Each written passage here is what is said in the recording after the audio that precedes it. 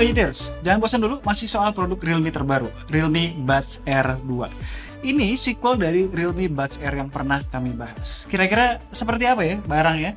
Terus karena kemarin-kemarin masih banyak yang penasaran sama performa dari Realme 8 Pro, kami bakalan coba kasih performance test dan quick recap. Nanti juga ada titipan sponsor dari JDID. Mereka ngasih promo menarik tuh buat kedua produk ini. Pokoknya ditonton ya videonya sampai habis. Impresi awal gue sama Realme Buds Air 2 positif. Mulai dari tongkrongan, case-nya yang simple sekaligus lebih original dari generasi sebelumnya. Terus digenggam juga berasa nyaman karena bentuknya itu pipih bulat gitu dan juga ringan. 3 hal yang perlu dicatat dari case-nya. Di bawah itu ada port USB-C, di depan itu ada LED indikator, dan di kanan ada tombol buat reset maupun pairing. Emang rada nyaru. By the way, ini sayangnya case-nya nggak bisa wireless charging. Selayaknya TWS dengan desain yang serupa, kita selalu ketagihan untuk buka tutup case-nya. Begitu ngambil earphone-nya, lagi-lagi gue suka sama tongkrongannya yang unik. Bagian kepala dan batangnya tuh nggak nyatu, seolah-olah kayak kepisah. Unik aja ya, dan berasa lebih mahal. Soalnya ada kemiripan dengan Buds Air Pro juga jadinya. Oh ya, di dalam box pembelian itu ada kabel unyu warna kuning dan 2 set ear tips. Yang pernah nonton ulasan TWS Keto Gadgets pasti tahu kalau kami itu prefer TWS yang tipenya in-ear atau langsung ngeplak ke lubang telinga seperti Realme Buds Air 2 ini, ketimbang yang cuma nyantel. Karena tidak cocok dengan kanal telinga kami yang kecil, sering jatuh jadinya. So far sepertinya keluhan kami di Realme Buds Air didengarkan oleh Realme. Di telinga pun earbuds-nya berasa ringan karena satunya cuma 4,1 gram. Yang punya kami ini warna closer black. Kata Kumar lebih nyatu dengan tone warna kulitnya dia. Buat yang beda selera bisa cek yang warna closer white alias putih. Untuk gesture touch control, standarnya masih sama. Lalu area touch controlnya sendiri ada di bagian atas batang. Yang berbeda ada tambahan satu gesture. Sentuh kedua earbud secara bersamaan selama 2 detik untuk men-trigger fitur ANC. Ya, Realme Buds Air 2 punya fitur Active Noise Cancellation, sebuah kemewahan untuk segmen harga yang dituju. Kualitas ANC-nya jangan disamakan dengan TWS harga jutaan, tapi untuk harga segini udah tergolong efektif untuk mereduksi ambient sound di sekitar kita. Infonya sih up to 25 decibel. Kalau lagi nggak diperlukan, switch aja ke transparency mode. Surprisingly, suara yang masuk berasa cukup natural. Artinya kinerja mic-nya maksimal. Nggak lupa, buat phone call tetap ada fitur ANC. Sebenarnya, kalau kalian mau kontrol yang lebih precise lagi atas Realme Buds Air 2 bisa via aplikasi Realme Link. Ini juga yang gue suka. Bisa kalian lihat, kita bisa nge-custom fungsi atau cara kerja dari TWS ini. Selain ANC tadi, yang mau gue highlight ada Game Mode yang diklaim Realme bisa mengurangi latency sampai dengan 88 millisecond. Yang gue rasakan sebenarnya efeknya minimal aja ya. Ya namanya TWS tetap lah ya, ada delay lah ya. Ya tapi ya again nice to have.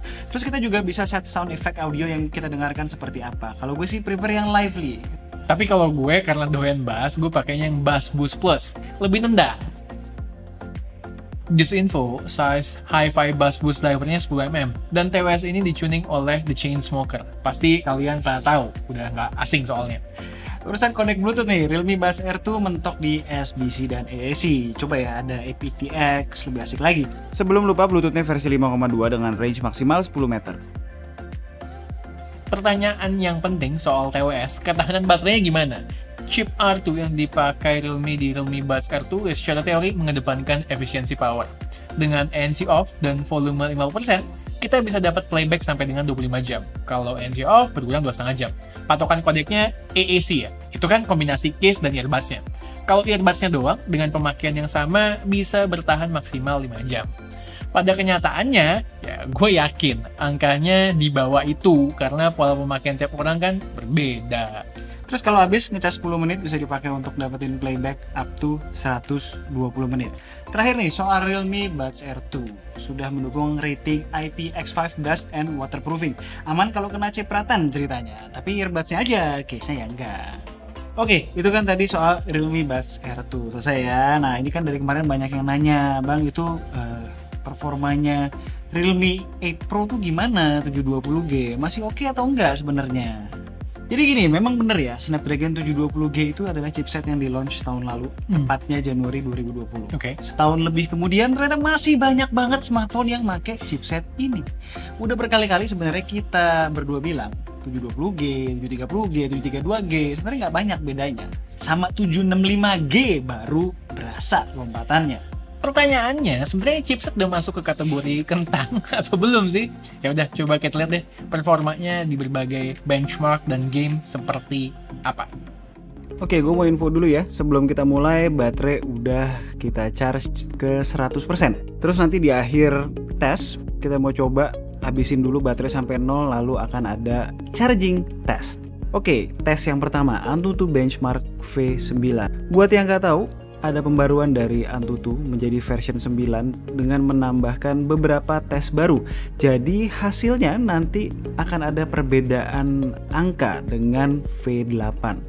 Salah satu contoh tes baru di Antutu V9 ini adalah video decoding test 4K ini.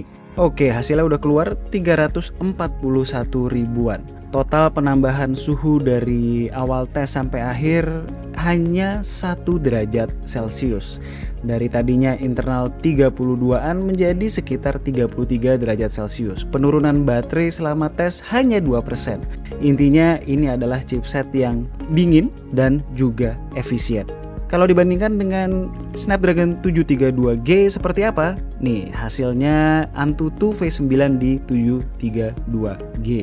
Nggak terlalu jauh kan bedanya? Mirip-mirip aja seperti gue bilang tadi. Next kita masuk ke 3D Mark Wildlife Stress Test. Buat yang nggak tahu, sebenarnya tesnya sendiri cuma running 1 menit. Tapi untuk stress test ini di looping selama 20 kali, jadinya ya total 20 menit. Hasilnya, Realme 8 Pro mendapatkan stabilitas 99,6%. Bagus sekali. Artinya selama 20 kali looping, hasil terbaik dan terburuknya tidak beda jauh. Baterainya selama tes 20 menit ini hanya turun 4%, sementara temperaturnya hanya naik lagi-lagi 1 derajat Celcius dari 33 sampai 34 derajat Celcius. Masuk ke benchmark selanjutnya, Geekbench. Untuk hasilnya, untuk single core dapat 570, sementara multicore dapat 1692. Next, kita masuk ke real life gaming test. Ini gue ngerank di LOL Wild Rift. Untuk tes ini gue coba set grafiknya rata kanan semua. Kita lihat bisa stabil nggak nih performanya. Ini gue beneran ngerank nih ya, duet sama temen gue. Jadi kalau starter pasti gue akan kesel. Oke, kita mulai gamenya ya. So far kita bisa lihat stabil banget di 60 fps. Bahkan ketika lagi war bener-bener rame begini, tetap 60 fps. Ulti keluar, efek semua keluar, tetap stabil. Nice. Gue kasih lihat nih kompilasi beberapa kali war dengan full efek semua nyala, ulti keluar, dan hasilnya performa stabil di 60 fps. Dilihat dari app Game Bench, median fps-nya stabil di 60. Buat yang nanya, Mobile Legends gimana bang? Ya pastinya stabil juga karena LOL Wild Rift ini kan basically lebih berat daripada Mobile Legends.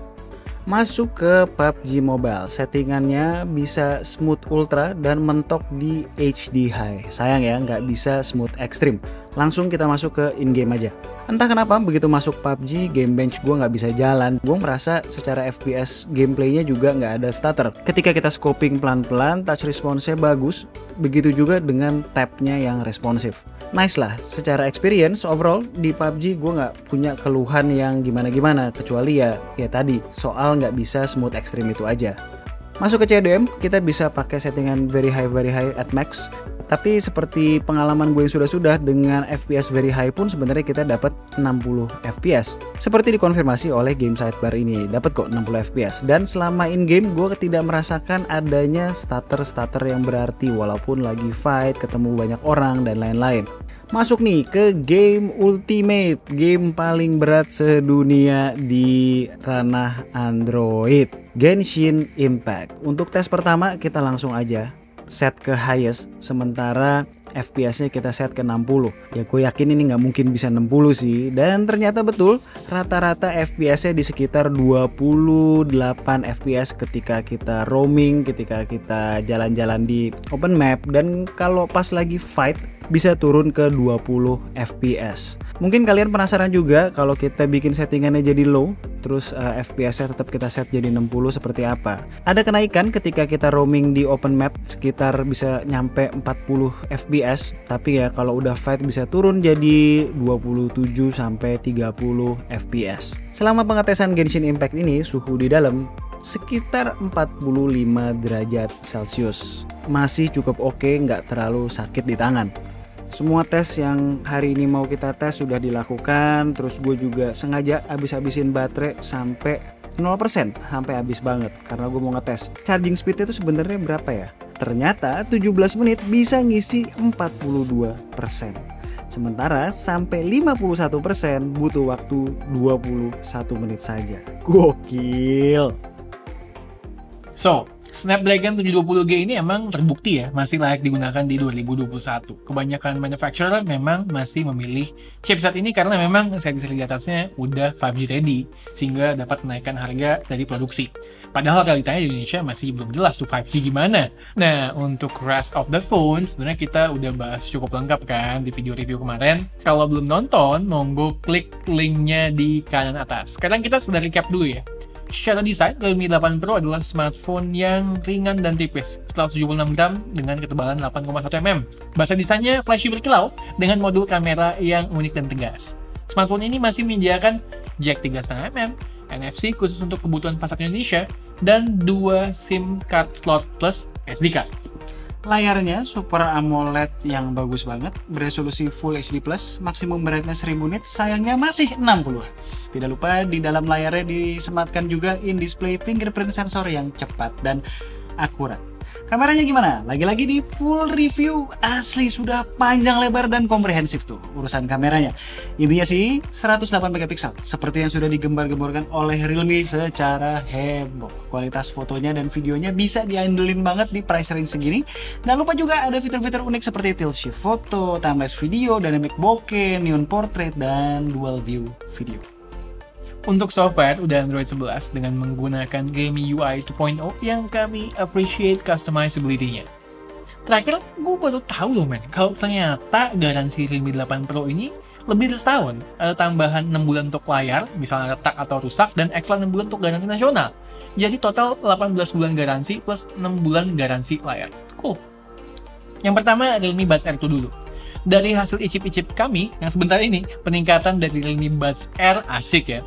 Yang paling berasa desain, IPX5, dan ANC-nya. Di harga segini ada ANC, wow! Kekurangannya, kodeknya kurang banyak dan nggak ada fitur wireless charging.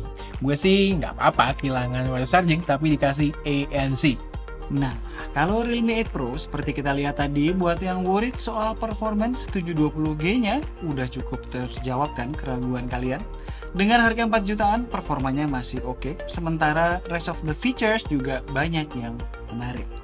Sabar dulu, sebelum closing ada titipan pesan dari JDID nih. Kalau kalian mau beli Realme 8 Pro dan TWS Realme Buds R2, belinya di JDID aja. Ada potongan harga masing-masing 100.000 untuk Realme 8 Pro dan 10.000 untuk Realme Buds R2. Lumayan kan? Linknya ada di deskripsi.